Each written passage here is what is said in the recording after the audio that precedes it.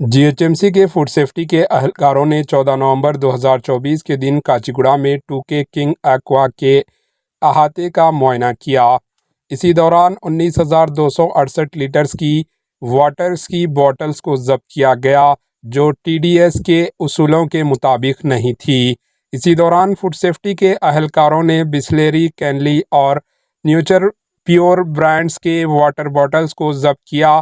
पानी के सैंपल्स हासिल किए गए और टेस्ट के लिए लैब्स को भेज दिया गया। Bureau report, HN news.